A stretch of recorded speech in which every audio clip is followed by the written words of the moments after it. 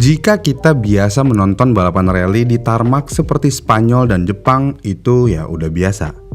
Kemudian, jika kita menonton balapan rally di Swedia dan Monte Carlo yang penuh dengan es dan salju, kayaknya juga udah cukup biasa. Tapi, jika kita menonton sesuatu yang seperti ini bagaimana?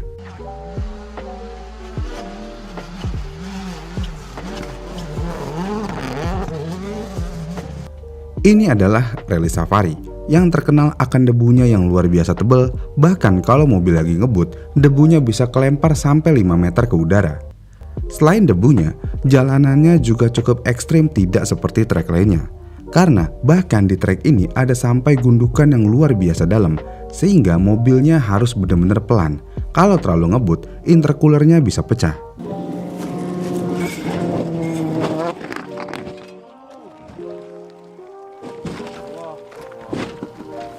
Walaupun trek ini berdebu dan cukup bergunduk-gunduk jalanannya, tapi trek ini adalah salah satu trek paling ngebut di dunia rally.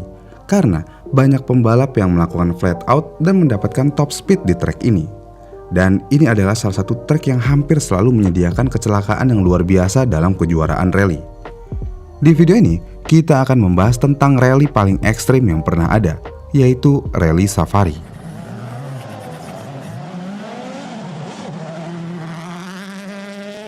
Rally Safari adalah salah satu perlombaan rally paling ikonik di dunia. Perlombaan ini telah menjadi tantangan legendaris bagi para pembalap sejak pertama kali digelar pada tahun 1953. Dan Rally Safari bukan hanya lomba rally biasa, tapi juga sebuah perjalanan epik yang menguji daya tahan dan keberanian para pembalap. Rally Safari pertama kali diadakan di Kenya sebagai cara untuk mempromosikan pariwisata dan menjelajahi keindahan alam Afrika Timur. Perlombaan ini melibatkan perjalanan jarak jauh melalui padang rumput, hutan belantara, dan daerah gurun Kenya.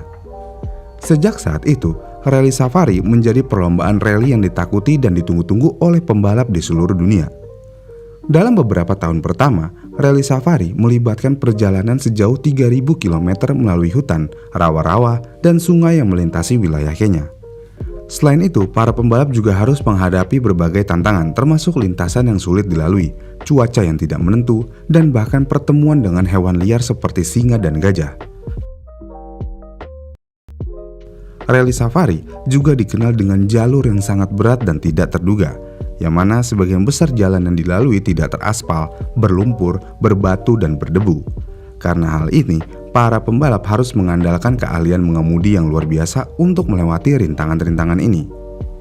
Kemudian, Rally Safari juga menjadi ajang untuk menunjukkan kemampuan mengemudi off-road yang luar biasa, dan hanya pembalap yang tangguh dan berpengalaman yang dapat bertahan.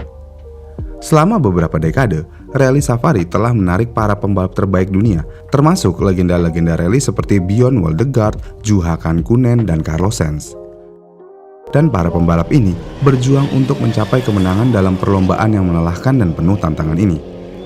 Kemenangan dalam Rally Safari dianggap sebagai salah satu prestasi paling bergengsi dalam dunia rally.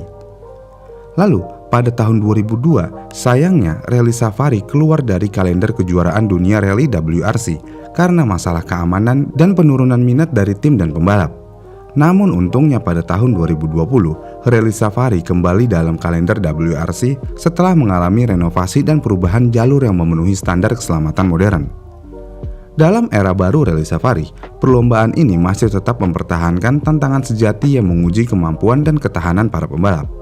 Tetapi, dengan adanya teknologi modern dan peningkatan infrastruktur di sepanjang rute, perlombaan ini menjadi lebih aman dan lebih terorganisir.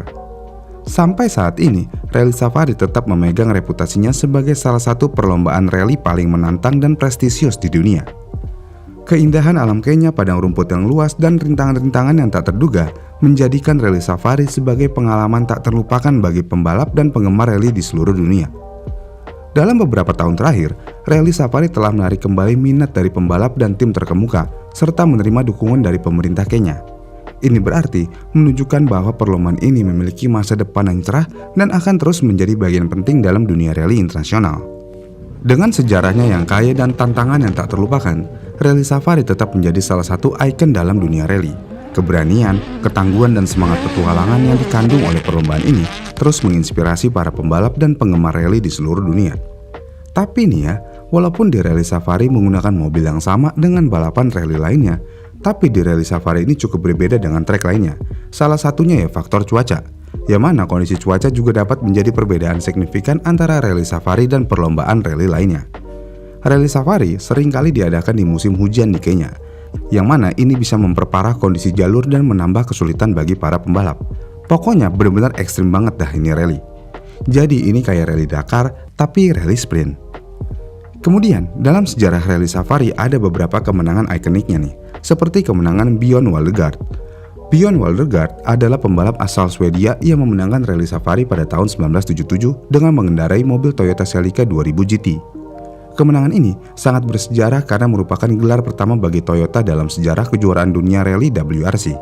Dan di rally ini, Waldegaard menunjukkan keahlian mengemudi yang luar biasa dan keberanian saat menghadapi tantangan jalur yang berat. Kemudian yang kedua ada kemenangan Juha Kankkunen. Juha Kankkunen adalah pembalap Finlandia yang terkenal, dan dia berhasil memenangkan Rally Safari pada tahun 1985 dengan mengendarai mobil Peugeot 205 Turbo 16. Kemenangan ini menjadi sangat berkesan karena Kankkunen berhasil mengatasi jalur yang sulit dan cuaca yang ekstrim. Karena hal itu, menjadikannya sebagai pembalap pertama yang memenangkan Safari Rally dengan mobil berpenggerak 4 roda. Kemudian ada Carlos Sainz Senior. Carlos Sainz adalah pembalap Spanyol yang dianggap sebagai salah satu legenda rally, dan dia berhasil meraih kemenangan ikoniknya di Rally Safari pada tahun 92, yang mana saat itu Sainz mengendarai mobil Toyota Celica GT4 yang kuat dan berhasil mengatasi tantangan jalur yang penuh dengan hambatan alami.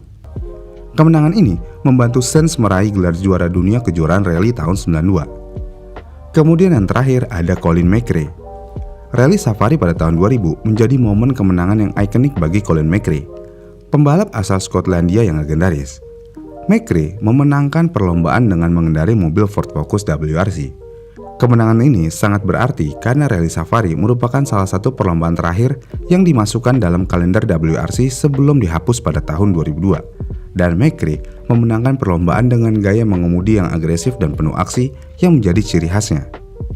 Kemenangan-kemenangan ini mencerminkan kemampuan dan keberanian para pembalap yang luar biasa dalam menghadapi tantangan di Rally Safari, dan mereka menjadi bagian dari sejarah dan warisan perlombaan ini, dan nama-nama mereka tetap akan diingat dalam dunia rally hingga saat ini. Kemenangan di Rally Safari akan selalu dikenang karena sangat susah untuk menang di rally tersebut. Bagaimana nih menurut kalian? Apakah ini salah satu track favorit kalian? Komen di kolom komentar di bawah ya.